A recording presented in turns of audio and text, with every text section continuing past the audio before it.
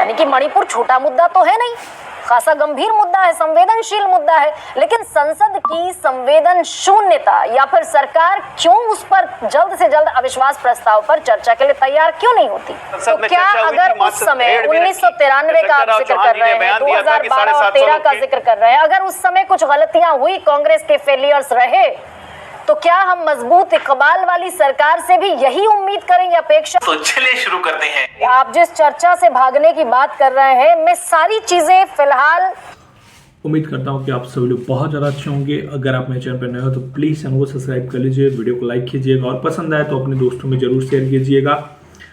But मुझे पता नहीं चला कि किस चीज़ की डिबेट है, तो चलो लास्ट में हम देखेंगे कि किस चीज़ की डिबेट है, किसके ऊपर। अभी मैंने भी नहीं देखा, जितना आपने देखा उतना मैंने भी देखा है। तो चलिए वीडियो शुरू करते हैं।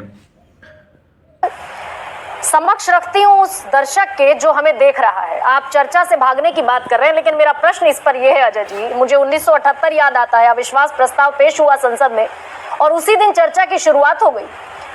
तो क्यों हमारी संसद, जिसकी तरफ मणिपुर देख रहा है, आंखें उठाकर देख रहा है, बड़ी उम्मीद से देख रहा है कि संसद मलहम लगाए, संसद बैठे, तो अविश्वास प्रस्ताव तो दिया ही इसलिए गया कि मणिपुर पर चर्चा हो।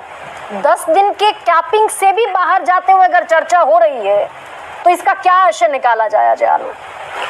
देखिए, अविश्वास प्रस्ताव अगर दिया गया है तो अविश्वास प्रस्ताव को स्वीकार भी कर लिया गया। चर्चा कब होगी ये निर्णय स्पीकर का होता है, वो ये उनका विशेषाधिकार है, इस पे मैं कौन होता हूँ टिप्पणी करने वाला। लेकिन अजय जी, अब वो ये इतना छोटा मसला तो नहीं देंगे, उस पे चर्चा आप खुद मान रहे हैं और मैं आपको साधुवाद देती हूँ कि आपने माना कि मणिपुर के मसले पर राष्ट्र के तौर पर, राज्य के तौर पर हमने फेल किया है, लेकिन उसके बावजूद, यानी कि मणिपुर छोटा मुद्दा तो है नहीं, खासा गंभीर मुद्दा है, संवेदनशील मुद्दा है, लेकिन संसद की संवेदन शून्यता या फिर सरकार क्यों उस पर जल्द से जल्द अविश्वास प्रस्ताव पर चर्चा के लिए तैयार क्यों नहीं होती?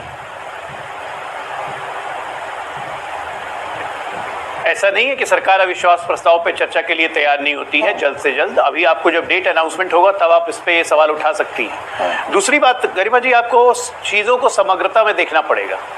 2017 में हमारी सरकार बनी, मणिपुर में ये जो समुदायों का हिंसा है कोई नई बात तो है नहीं। 2012-13 में भी हुई थी, जब 3-3 महीने का लॉन्ग इकोनॉमिक ब्लॉकेट किया गया था। 1993 में हुई थी, जब कुकिया नागांव में हुआ था, 750 से ज्यादा लोग मारे गए थे। और गृह मंत्री उस वक्त के राजेश पायलट थे, गृह राज्य मंत्री, 3 महीने के बाद गए थे 3.5 घंटे के लिए। तो चीजों पे फोकस हमारा कितना है और हम कितने फेल हुए ये तो जनता तय करेगी ना। मैं तय करूंगा ना आप तय करेंगे। राष्ट्रपति शासन लगा दिया गया था और 347 दिन तक राष्ट्रपति शासन लगा रहा।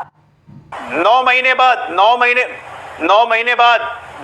बाद राष्ट्रपति शासन लगाया गया था, ये भी याद रखिएगा। 9 महीने बाद और संसद में चर्चा हुई थी। अगर उस समय 1993 का आप जिक्र कर रहे हैं, 2012 और 13 का जिक्र कर रहे हैं, अगर उस समय कुछ गलतियां हुई, कांग्रेस के फेलियर्स रहे, तो क्या हम मजबूत इकबाल वाली सरकार से भी यही उम्मीद करेंगे, अपेक्षा करें कि वही गलतियां दोहराई जाएं? ये तो नजीर नहीं हुई ना अजय जी। जो मणिपुर में चीज़ें हुई वो तो बहुत गंदी हुई। जो लड़कियों के नेकेड वीडियोस वायरल किए गए वो बहुत ही गंदा हुआ। इस चीज़ का समर्थन कोई भी नहीं करता, मैं पर्सनली कोई भी नहीं करता यार। मेरे पर्सन होने या ना होने से क्या ही होता है, बट बहुत गलत हुई और राजस्थान में भी ये चीज़ें हुई। ये फंस गया सीएम। मैं उसी पे आ रहा था गरिमा जी, मुझे खत्म करने दीजिए जी। 2017 में जब वीरेंद्र सिंह जी की सरकार बनी, प्रधानमंत्री मोदी जी का ये वादा था पूरे नॉर्थ ईस्ट से कि पूरे नॉर्थ ईस्ट की सिर्फ तकदीर नहीं पूरी तस्वीर बदल देंगे। ये झूठ है, झूठ है, झूठ है। और आज हम दावे के साथ मैं कह सकता हूं कि हम 90% तक कामयाब हुए हैं। कुछ शर्म आया है? 17 से लेकर 23 तक एक भी हिंसा नहीं हुई, लगभग कंट्रोल में हर चीज आ गई थी। ये सब हिंसा जो हुई है बहुत दुर्भाग्यपूर्ण है और एक हाईकोर्ट की टिप्पणी के कारण ये हिंसा हुई कि जब हाईकोर्ट ने कहा राज्य सरकार को कि आप प्रपोजल भेजिए मैथियों को भी अनुसूचित जनजाति में लेने की। और मैं यही सवाल पूछती हूं अजय जी आपसे, निकला जब इस तरह के सेंसिटिव मुद्दे पर कोई वर्डिक्ट आना होता है तो लॉ एंड ऑर्डर की तैयारी होती है और तैयारी इस बात की होती है कि अगर वायलेंस हो, अगर हिंसा हो तो उससे निपटने की तैयारियां मुकम्मल हो। तो क्या ये नहीं जानती थी राज्य सरकार?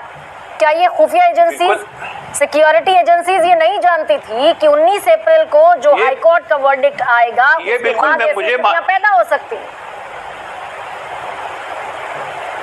पहली बात कि हाईकोर्ट का वर्डिक्ट नहीं था, ये हाईकोर्ट की टिप्पणी थी, सिर्फ टिप्पणी, वर्डिक्ट नहीं था। हाईकोर्ट कौन होता है वर्डिक्ट देने वाला? अनुसूचित जनजाति में शामिल करने का निर्णय हाईकोर्ट का हो ही नहीं सकता, इसको पार्लियामेंट को करना है। हाईकोर्ट ने ये राज्य सरकार के लिए टिप्पणी की थी, क्या प्रपोजल भेजिए, तो टिप्पणी क्या करेगा हाईकोर्ट, ये राज्य सरकार एंटिसिपेट नहीं कर सकती है कभी भी।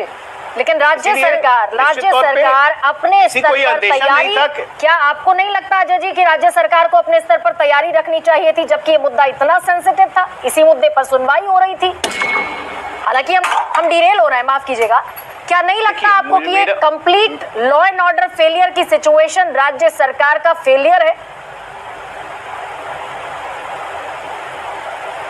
मैं मानूंगा कि इनिशियल स्तर पे हाँ राज्य सरकार को इसका अंदेशा नहीं था, क्योंकि पिछले 7-8 वर्षों से 2013 के बाद से कोई ऐसी घटना नहीं हुई थी, और भाजपा भारतीय जनता पार्टी की सरकार बनने के बाद 2017 से माहौल शांतिपूर्ण ही था, कोई ऐसी अंदेशा नहीं था कि तुरंत इतना बड़ा ये रूप लेगा। तो शुरू में 1-2 दिन के लिए मैं निश्चित तौर पे मानूंगा कि राज्य सरकार तैयार नहीं थी, और उसके बाद एडिक्वेट तैयारी की गई, और मुझे लगता है कि उसके परिणाम अच्छे आ रहे हैं कि 18 जुलाई के बाद कोई मृत्यु नहीं हुई है। छिटपुट अभी भी गोलीबारी की घटना हो रही है, सुरक्षा बल लेकिन पहुंच चुके हैं, और सुरक्षा बलों ने सामान संभाल लिए। 35,000 से ज्यादा सीआरपीएफ सेंट्रल पैरामिलिट्री फोर्सेज और भेजी गई हैं। हमारा प्रयास है कि सुरक्षा बलों से ये कंट्रोल नहीं होगा। जब तक दोनों समुदाय के लोग बैठेंगे नहीं, तब तक ये शांतिपूर्ण वातावरण बनाना बहुत मुश्किल है। और सरकार के विपक्ष की इसमें एक भूमिका है, जिसमें सरकार तो अपनी भूमिका निभा रही है, और मैं उम्मीद करूंगा कि विपक्ष भी अपनी भूमिका निभाए। तो उम्मीद कर रहा हूँ कि आप लोगों को वीडियो पसंद है। प्लीज़ मेरे चैनल को लाइक कीजिए, चैनल को नहीं वीडियो को लाइक कीजिए, चैनल को सब्सक्राइब कीजिए और अपने दोस्तों में जरूर शेयर कीजिए।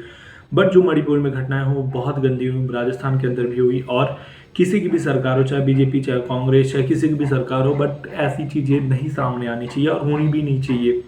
ठीक है, thank you so much watching this video.